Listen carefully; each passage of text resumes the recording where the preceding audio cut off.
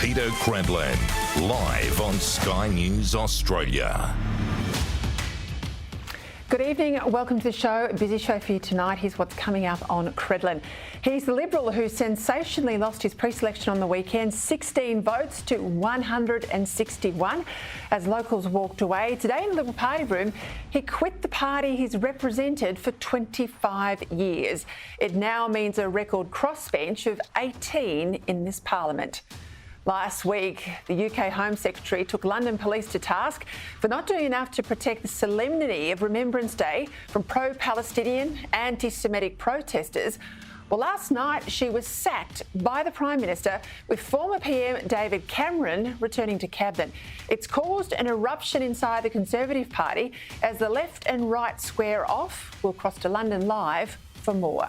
Former Treasurer Peter Costello says our huge spike in immigration is fuelling housing pain, as the ANZ chief says the dream of home ownership has now become the preserve of the rich. Business writer Terry McCrann explains why the PM must do a U-turn on his crippling population policy. Plus, the Sydney Islamic hate preacher exposed last week, well, he's doubling down as Melbourne school students plan a strike next week in support of Palestine.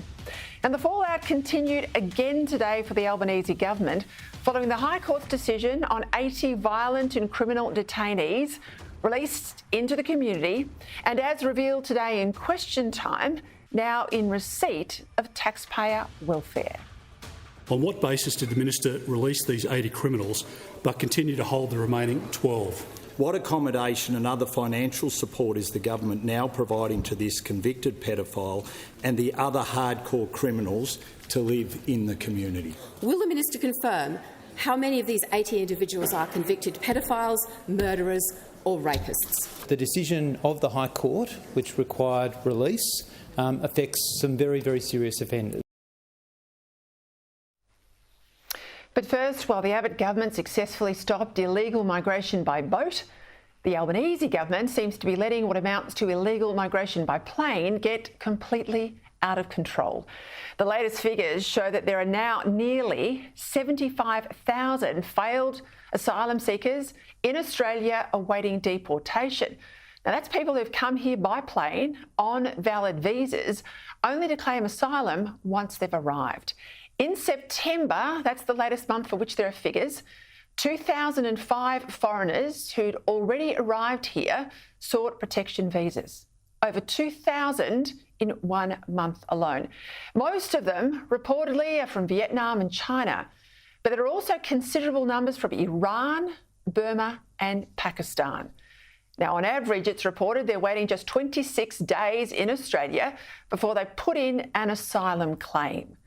And where there were more than 2,000 new asylum seekers in September, just 17 old ones left Australia.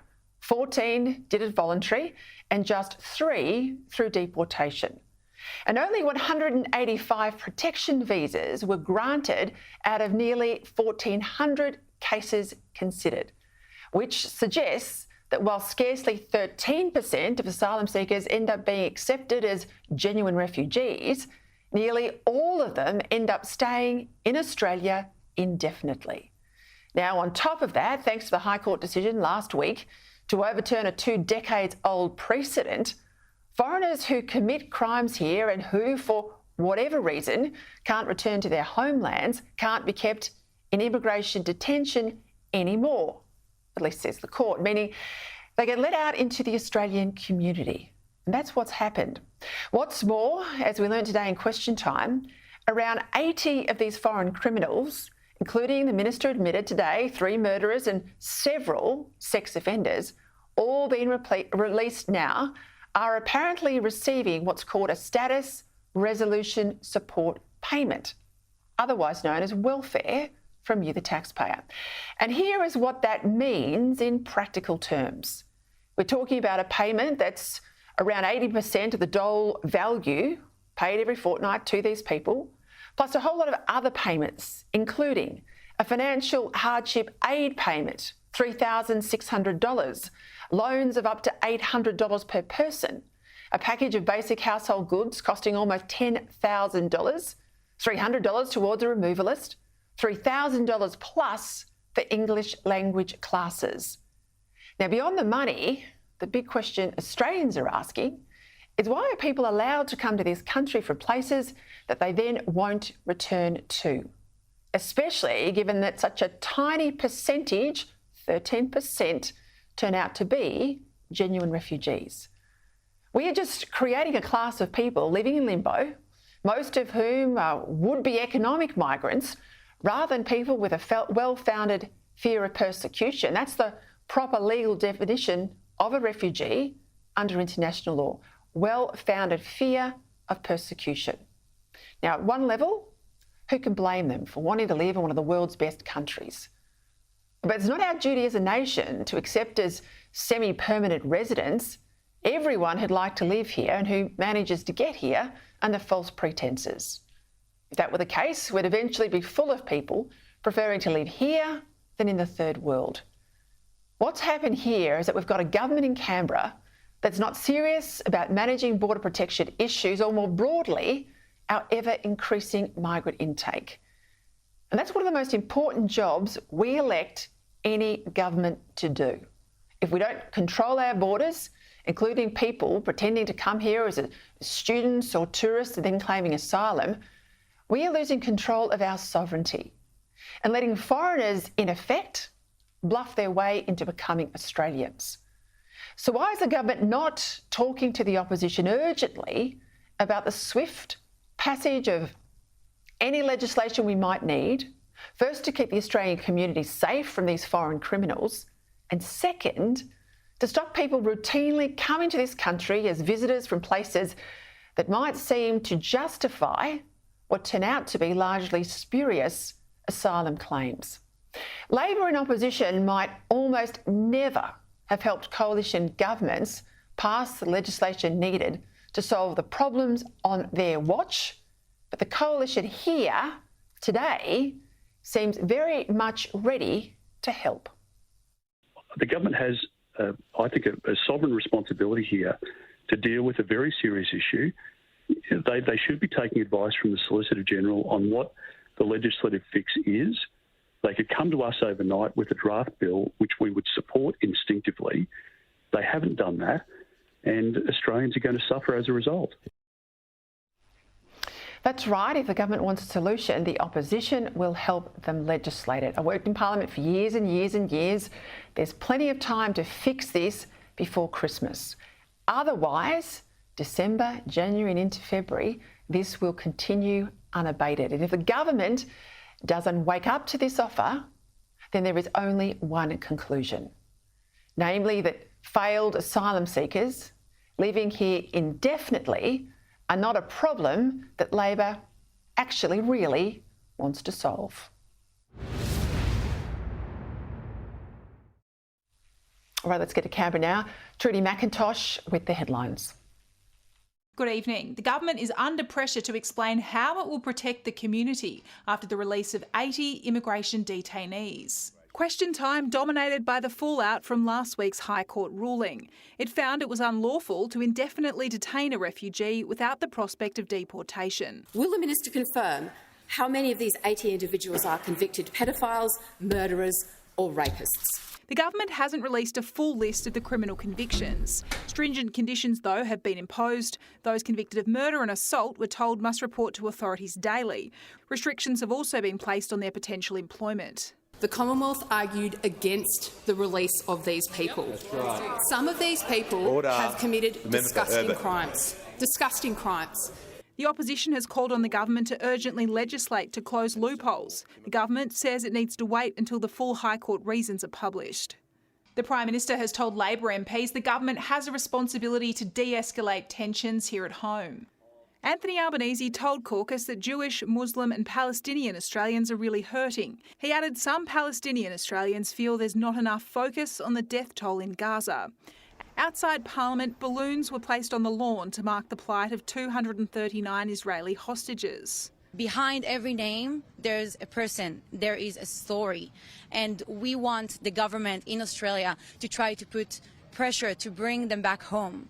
In the Senate, the Foreign Minister blasted the Greens for failing to condemn the actions of Hamas. Wake up, Labor, wake up and call for a ceasefire now. Well, that was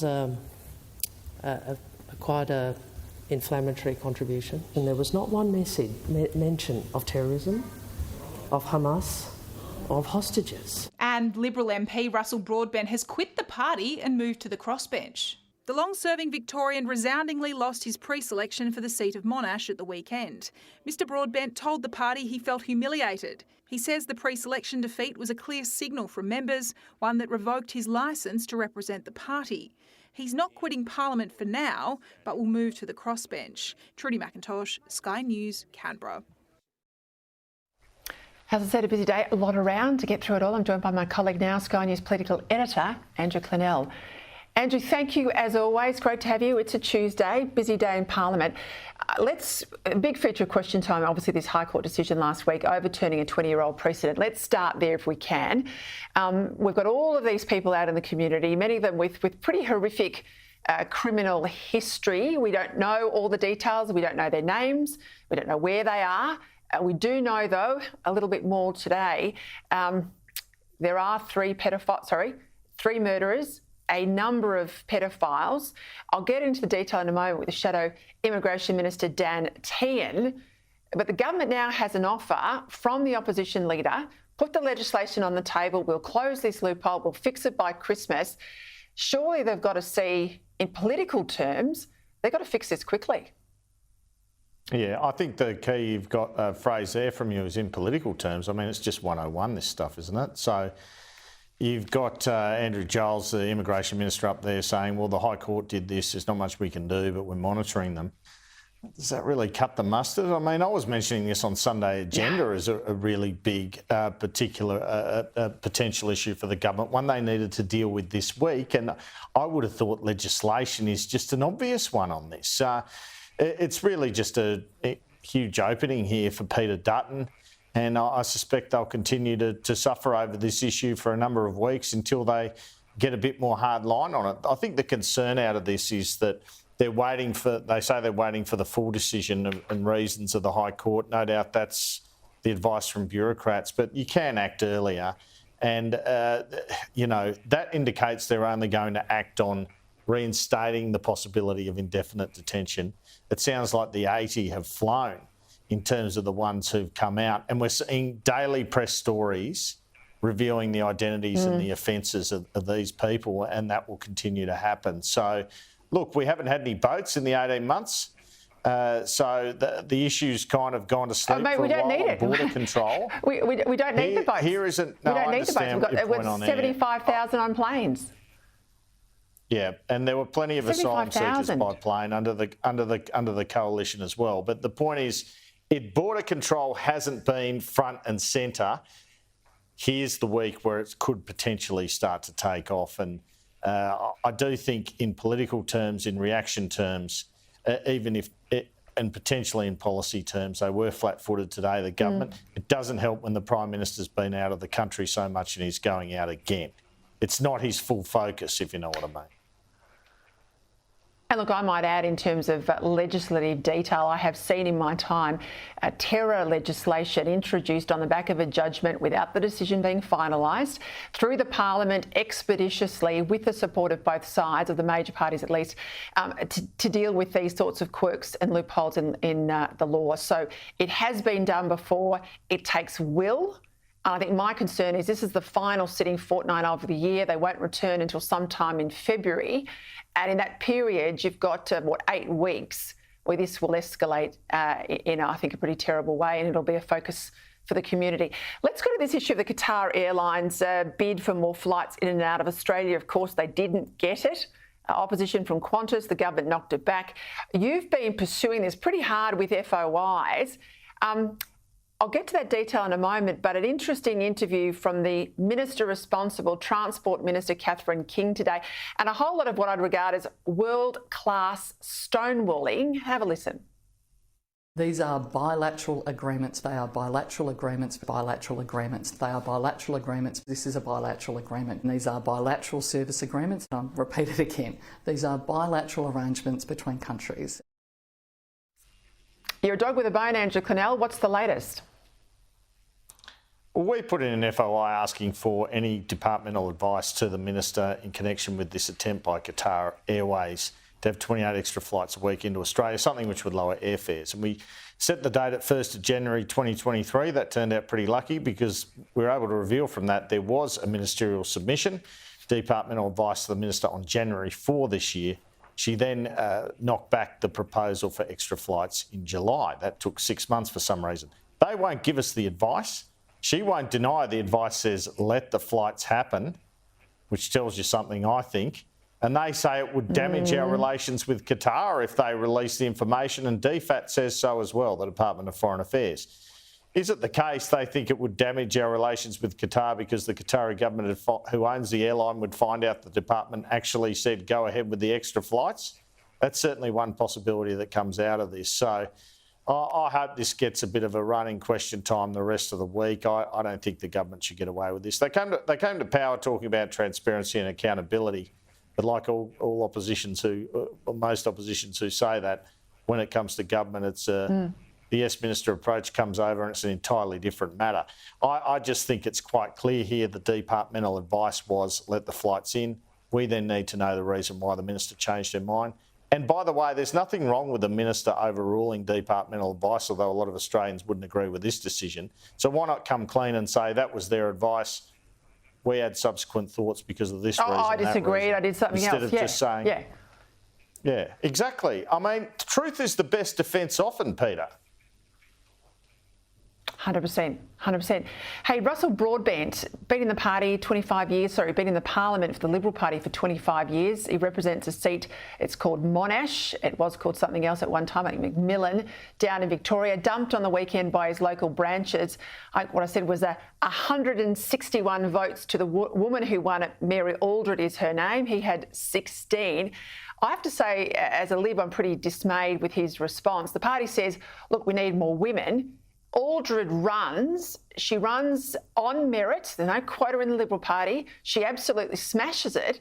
And then come Tuesday, the bloke spits the dummy and quits the Liberal Party. But it's got a big impact, has it, on the composition of the House of Reps?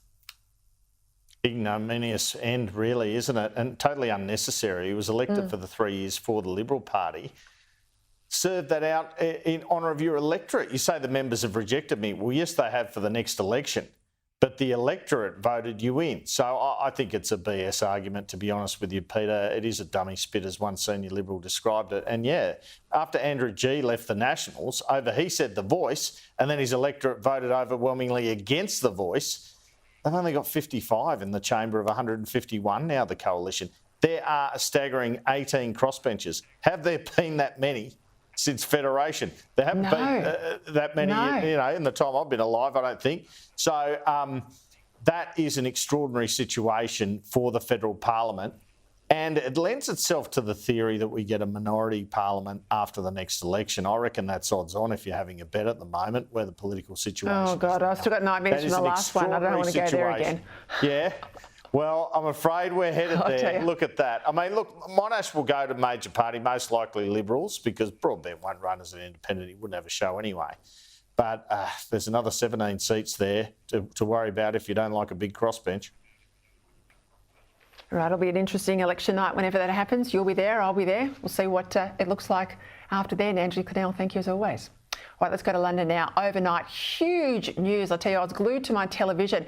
The UK's Home Secretary, Suella Braverman, was sacked after she criticised the Metropolitan Police for failing to sufficiently crack down on those massive pro-Palestinian protests that mired Remembrance Weekend in Britain.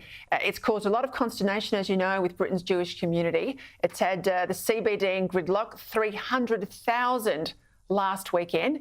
And although her sacking comes as part of this wider reshuffle, it also includes a return to politics of the bloke who was no fan of Brexit, former Prime Minister David Cameron. He'll move into the Lords as the new Foreign Secretary. I tell you, it has caused a massive split inside the Tory government, with lines drawn now between the moderates on the left, like Sunak and Cameron, and more conservative MPs like Braverman. Joining me now on the ground from London, former Victorian Shadow Attorney General Tim Smith. Well, Tim, I tell you, I was saying here in the late night Australia, early morning Australia. I couldn't move off my TV. I just couldn't believe it. I think Braverman is one of their superstars. That speech she gave in, I think it was New York, certainly in the US recently, where she really took the West to task over issues like multiculturalism. You're working in the media in London. Give us a sense of the reaction to the sacking. Well, good evening, Peter. And what a day in British politics yesterday was. I mean, sacking Suella Braverman had been on the cards since she made some unfortunate comments equating people living in tents outside to a lifestyle choice. But the simple fact is, Suella Braverman was articulating Tory policy to the Tory base better than anyone. And I fear for Suella that she probably argued the case a bit too loudly in a way that's probably not the done thing here. But from an Australian perspective, I thought she was doing a brilliant job. And I think it's a real shame that she's been sacked because she was speaking the truth to the Tory base. And the Tory base has got a terrible problem at the moment. They're 20 points behind Labor. They're hemorrhaging votes on the right to Reform, which is essentially the old Brexit party that's chaired by Nigel Farage. They've got about 8% of the vote at the moment. These people wanted these marches banned. And frankly, the vast majority of the British people wanted these anti-Israel marches banned on Remembrance Weekend. And Suella said, quite correctly, I think, that the Metropolitan Police have been playing favourites with whatever groups have been protesting, whether it's Black Lives Matter on the one hand or anti-lockdown protests on the other. I mean, it does sound actually very similar to Victoria, I might add. This is what Suella got herself into so much trouble for simply telling the truth that the police are picking favourites. As it turned out, the police didn't stop this march on the weekend. They should have. And Remembrance Weekend was turned into a farce because of it. 300,000 people marched through the streets of London on Armistice Day, and with the most horrific anti-Semitic signage, placards and chants that have, as you have quite correctly said, have made the Jewish community in London absolutely terrified. Now, David Cameron coming back into government, no one saw this coming at all. I mean, you've got to give Sunak his dues. He can keep a secret and his team can keep a secret. I understand that the decision to bring Cameron back into the government was made early last week. So, as you know, in politics, Peter, in Westminster, keeping a secret is almost impossible. And for a week, that's pretty impressive. So Cameron comes back into government, into foreign affairs. And I have a real problem with that because, pardon me, the last time David Cameron was in the British government, he was very pro-China, very pro-China. Him and George Osborne created a relationship with China that our government back then had a bit of an issue with. So I hope, for the sake of the British people and the British government, that David Cameron has left behind his love affair with Beijing and now sees the world through the eyes of 2023, where China is a threat to British interests and indeed Australian interests around the world. And I might also add too, I mean, he was the bloke who called it wrong on the issue of Brexit. At least he had the dignity to resign, unlike Prime Minister Albanese here when the referendum did not go his way. But he's, you know, very much the EU UK connected sort of bloke. There's all those issues with the human rights collective in the EU and the porous borders that Britain has.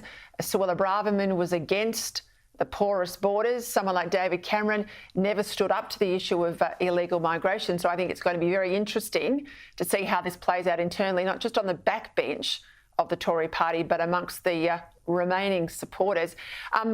On the other side of politics, I mean, I played something from Keir Starmer. He doesn't support a ceasefire, unlike Penny Wong here in Australia in relation to Gaza. But former Labor leader Jeremy Corbyn, an anti-Semite, he was back in the media this week. He had this to say, or actually what he didn't say in relation to Hamas is telling. Have a listen. Are they a terror group? Everybody knows what they are. Are they a terror group? Look, Piers, can you say it? Piers, can we have a discussion? Can you say it? Can we have a discussion? Can you call them a terror group, Jeremy? Can we have a discussion? Can you call them a terror group? Is it possible to have a rational discussion with you? Are you prepared to call Hamas a terror group? Is it possible to have a rational discussion with you? Tim Smith, your response? Well, Keir Starmer wanted that bloke to be the Prime Minister of the United Kingdom, and that's Keir Starmer's biggest problem. That Jeremy Corbyn is an anti-Semite who can't bring himself to say that Hamas, that is a prescribed terror organisation in both the United Kingdom and Australia, is a terror group. And Keir Starmer's biggest issue is that he wanted that man and campaigned for that man to be the Prime Minister of Britain. And there are still dozens of MPs in Westminster in the Labor Party who support Jeremy Corbyn and his worldview. There have been dozens of Labor MPs who have been calling for a ceasefire over here. And to Keir Starmer's great credit, he stared them down and said no way, because Keir Starmer's done a very good job, to be fair, of removing anti-Semites from the Labor Party. But the fact still remains that he campaigned for Jeremy Corbyn up until the 2019 election, and there are 60-odd Labor MPs that have called for an Israeli ceasefire and who do not support Israel in this war against terror in Gaza. I'll leave it there. Tim Smith, thank you for your time. Appreciate you coming on after what has been a pretty hectic 24 hours there in British politics. All right, after the break, the 80 detainees now out in the community confirmed a hitman murderer killed a pregnant woman, a pedophile, a violent attacker of the elderly and more. We find out today they're now also receiving welfare. An angry opposition responded today saying the government was warned this would happen. We'll speak to the Shadow Minister after the break. Plus, the Sydney Islamic hate preacher exposed last week, well, he's doubling down as Melbourne school students plan a strike in support of Palestine. Coming up, Australia's longest-serving Treasurer Peter Costello has joined calls for the Albanese government to reduce its migrant intake, saying it's putting pressure on infrastructure and inflation. But first to the High Court shock decision that led to the release of over 80 people. We don't know who they are, where they are, or the full extent of their crimes, but we do know they're serious, violent and often sexual in nature. Joining me now to discuss this, Shadow Immigration Minister Dan Tehan. Dan, thank you for your time. The opposition leader, your boss, former Home Affairs Minister Peter Dutton, said today the PM must take urgent action. He's committed your party to supporting Labor if it was to introduce emergency legislation to close this loophole. If Labor reacted now, why the Parliament was sitting, you've got 4 or 5 days and into next week, this issue could be fixed, couldn't it? Absolutely. It could be fixed first thing tomorrow morning. Yet the government doesn't seem to want to act. We asked Minister Giles today in question time, when the government started preparing for the decision, and his immediate answer was straight after the decision itself. And then he started backtracking, saying, of course, we had thought about it before. But, the government has just been completely asleep at the wheel. And we had Minister Giles admit today there's 3 murderers amongst those who have been released. He said he'll get us the details on the child sex offenders, on the rapists. Hopefully we'll get all that tomorrow, but we're still not getting the detail on what conditions they're being held under, what happens if they breach those conditions. We don't know whether the government can actually act if they breach their visa conditions because they're not forthcoming on that. We did learn in question time today, though, that they're all getting taxpayer subsidised accommodation and welfare payments, and we think that those welfare payments I'll get to that in a moment, Dan. $50 a week. I'll pull those out in a moment because I've got quite a comprehensive list there about the money that's coming their way. But, let's just go back to that point when the minister looks like this decision's landed down from the High Court last week that's caught him unawares. This was foreseeable and they've had 18 months to be ready for this. Absolutely. And we've had detainees themselves saying they knew this decision was coming. So one of the detainees who was dropped into a motel in suburban Perth over the weekend when they were interviewed by a journalist from the Western Australian newspaper said, yeah, we knew this decision was coming. So it seems like the detainees knew this decision was coming, but Andrew Giles didn't know it was coming. It just beggars belief, the incompetence that we're seeing over this issue. Labor always makes a mess of immigration, and we're seeing it before our eyes again. Yeah, I argue their heart's not in it. I wonder how hard they fought this in the High Court. They don't seem like they're prepared to try and remediate this issue now. And just to go to that welfare payment, they call it a status resolution support services payment. And for people at home, it's about 90% of New Start, so of the dole. They've got financial hardship aid of almost $4,000, loans of $800 per person, a package of household goods worth almost $10,000, $300 towards a removalist, $3,000 if they want to learn English. I mean, seriously, Dad, you're in a country seat. You've got pensioners down there, I know, in your way that can't keep the lights on. And you've got these convicted criminals that their own home countries are refusing to take back here on taxpayer largesse. How do you tell Australians this is fair? And we asked Minister Giles this in question time. You know, what financial assistance were these people getting? And of course, we didn't get a straight answer. And the government should be transparent about these things. Where are these people? Where's the full list of the crimes that they've committed? What are they doing to keep the community safe? You know, we don't know what happens if they breach their visa conditions. The government won't be forthcoming with what happens if they breach their visa conditions. Will they lock them up again or won't they? None of this, and they won't detail the list of welfare payments. We know that figure regarding New Start, the proportion of New Start, so that's why we know it's roughly $250 a week. But all those other things, including potentially getting airfares if they want to move interstate, are all documented. But we don't know whether the government's giving them these or not. Yeah, well, just to make clear the point you're saying there, you asked the minister this today and he just, dodged it with language. Have a listen. Can the minister confirm the Albanese Labor government is now paying welfare payments to the 81 hardcore criminals? I can confirm that any individual released from immigration detention is being released under the policies that are long-standing under both sides of politics that ensure both the supports that are available under SRSS, but also for all of the reasons around community safety that I've already articulated.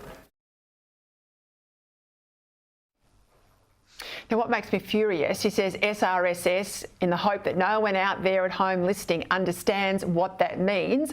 I do. I went and looked it up. I could see exactly what that money is. And how do you say to an Australian who's doing it tough, as so many are, that these criminals will get $10,000 to buy themselves furniture for a home? They get rent assistance. As you say, they get flights around Australia if necessary. Why can't the minister tell us the truth? Absolutely. And why won't he tell the truth about why he hasn't put emergency legislation into the Parliament to deal with this?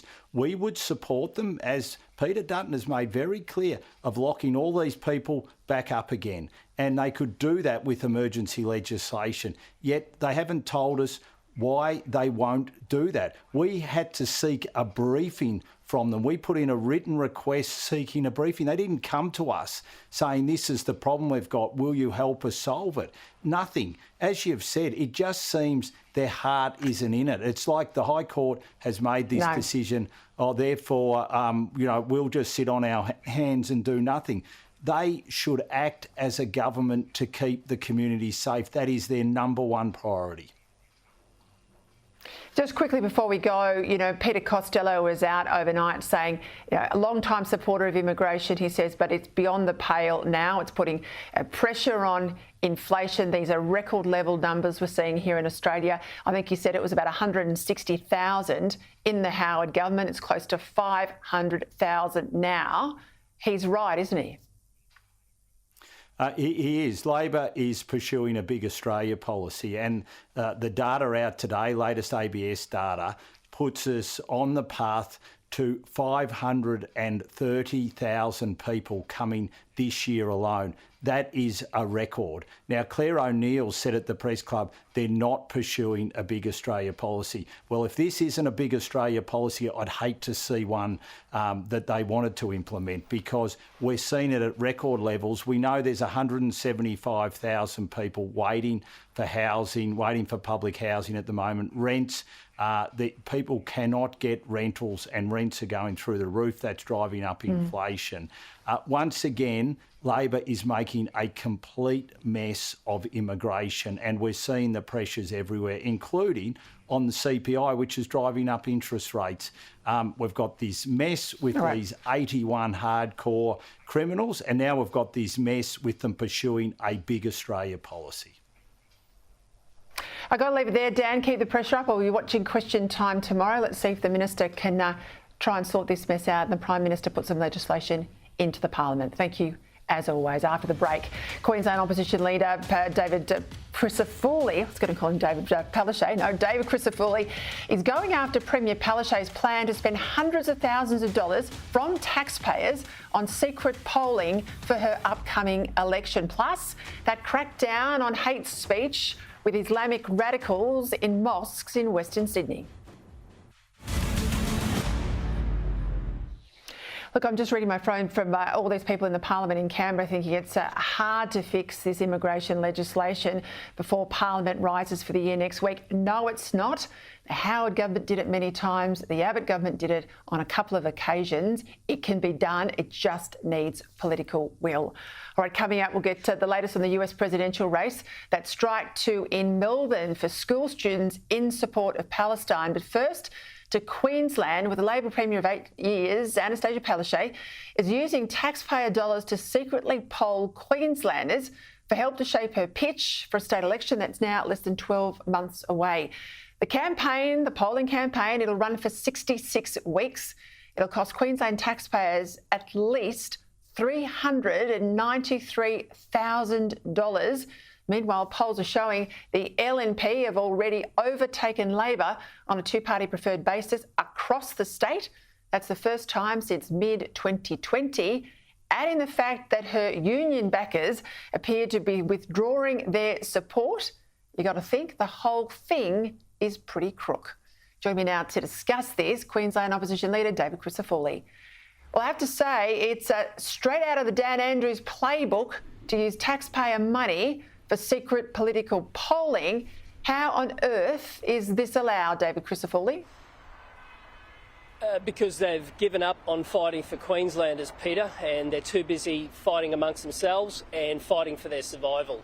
And if you want proof of how wretched and crooked they are and how much they know it, the opposition put in an RTI, we were all but denied. The Australian newspaper put in an RTI, they were denied, heavily redacted. So what did they do? They pick up the polling, they walk it into Cabinet and say, I'm sorry, this is under lock and key. Remember, this is the Premier that said she was going to release Cabinet documents. They have given up on integrity, they have given up on decency, they have given up on governing for Queenslanders.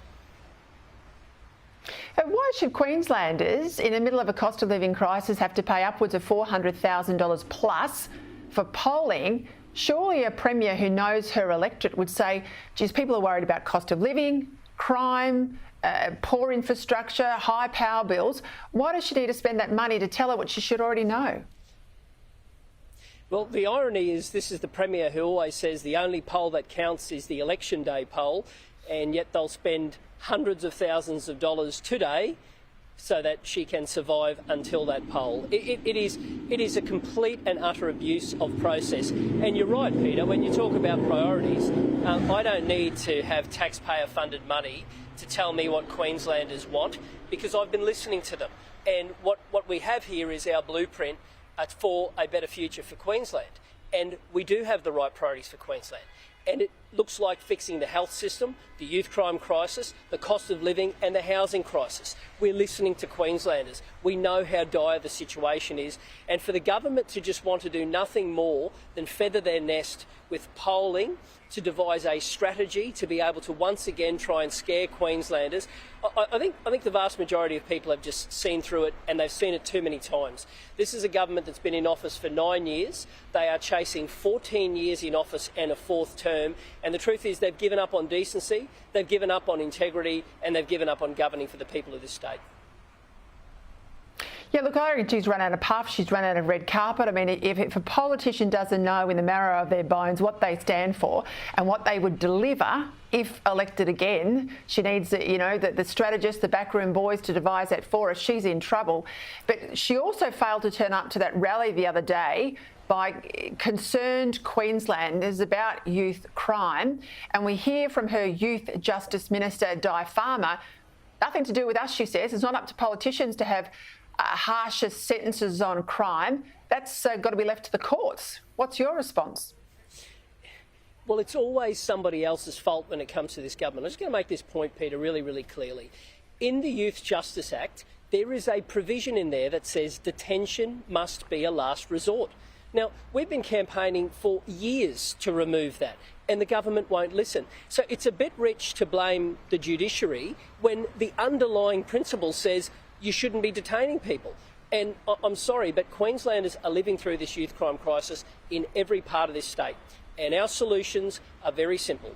We want to rewrite the Youth Justice Act and embed consequences for action. We want to remove detention as a last resort so we unshackle the judiciary to do their job. And we have to get serious about gold standard early intervention. Now, the government is refusing to admit there is a crisis, and then under pressure they point the finger and blame everyone else. The fault lies with the weaker laws, fewer police. That is the cocktail that has been created by this government. They watered down those laws 8 years ago. There are less police on the street today, 202 fewer less than 12 months ago. They have created it, they own it, and Queenslanders are living it.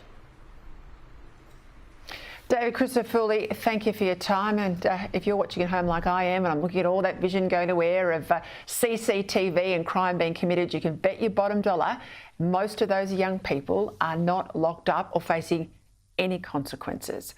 All right, coming up next week, Melbourne school students certainly been encouraged to walk out of class in support of Palestine, but you won't believe the response of the Education Minister. Plus, Malaysia going after one of the criminals have just been released from the High Court's decision. Good news, sure, but there's a catch. Welcome back. Now I want to return to that High Court decision. This is an interesting bit in relation to one of the individuals. This is the murderer, convicted murderer, hitman, I think he's actually from Malaysia, Cyril Azhar Umar, a former Malaysian police bodyguard. He's now walking out on Australian streets, killed a pregnant woman and then blew up her body. There's no other nice way of saying that. Under Australian law, though, he can't be extradited back to Malaysia because he's facing the death penalty. The Malaysian government want him back, but unless they take the death penalty off the table, that won't happen. To discuss this and more, I'm joined by former Labor MP Michael Danby and Sky News contributor Kosha Garda. Just quickly on this, I want to get to other things, Kosha, but I mean, what do you make of this whole circus? Australia's been taken for a ride here, aren't we?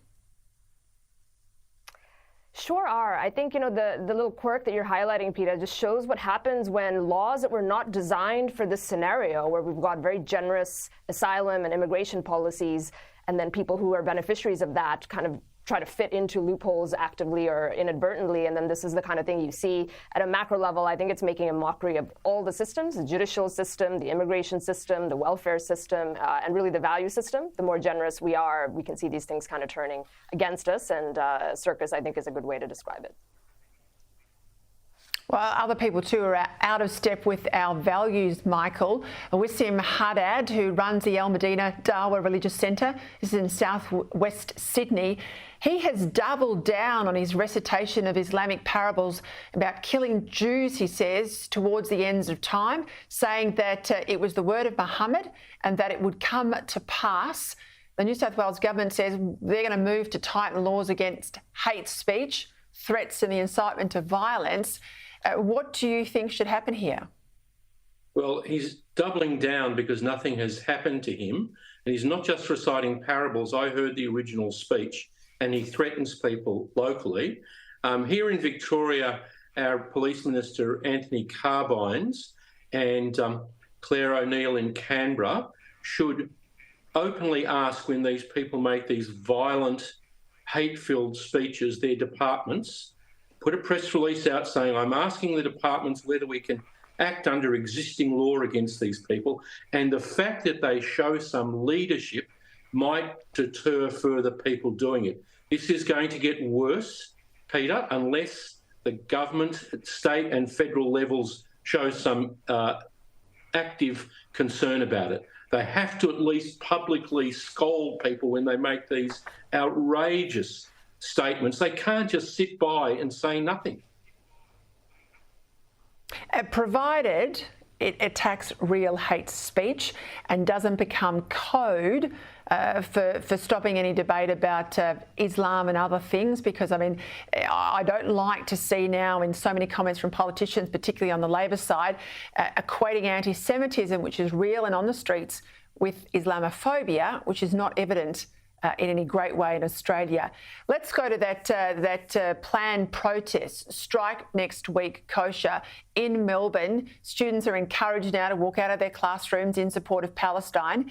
The Education Minister, Ben Carroll, who I have met, I think he's a good bloke, but he's saying, I think young people take such an important interest in our community. Let's be clear, he says, this is a school day. Well, good on you, Ben, but what on earth are you going to do to police this? That's right. And I think, we're just seeing the school system and the university system become this big breeding ground for all sorts of issues. And it is where a lot of people are impressionable. These ideologies come out. And now you sort of rubber stamp it and encourage it with taking a day off and glorifying it. Half the time, the young people don't really even know exactly what they're protesting about. They just glom onto a higher level framework. But then it, adds fuel to the fire right now and fans the flames of where we are. And in a way, it's not surprising that we see this. I think the problem with the university sector being propped up to be what it is, as influential as it is going to continue these types of dynamics. And sadly, I don't think there's an end in sight. We're just going to see more of this. Michael, I spoke about this a little earlier in the show with Tim Smith from London, but, an extraordinary interview from Jeremy Corbyn, asked multiple times to condemn Hamas. He couldn't do that. This is the root of the problem. And let's not forget, these marches didn't start in defence of Palestine. These marches started in celebration of the atrocities committed against innocent Jews.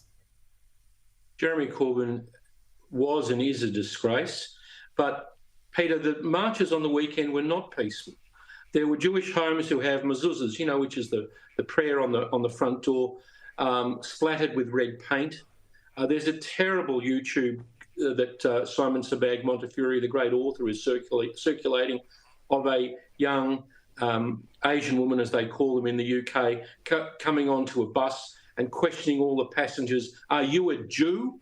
And Simon Sebag Montefiore says, this is terrifying to be in London at the moment. The rot started with Jeremy Corbyn, but I'm afraid that Suella Braverman was right. And even if she's gone, I hope Rishi Sunak and Cameron take these issues as seriously as they should. I hope she keeps fighting, because I think she is going to put pressure back through the Tory party. There's a lot of support for her. Coach, I've got about a minute. What's the latest on the US presidential fight? I would say nothing has changed from when we talked about it last time. Trump is still 50-plus points ahead in the polls. He still is in legal peril. It's really, I think, on the GOP side, a fight between who's going to be the second place in case somehow he's taken off the field for some extrajudicial reason.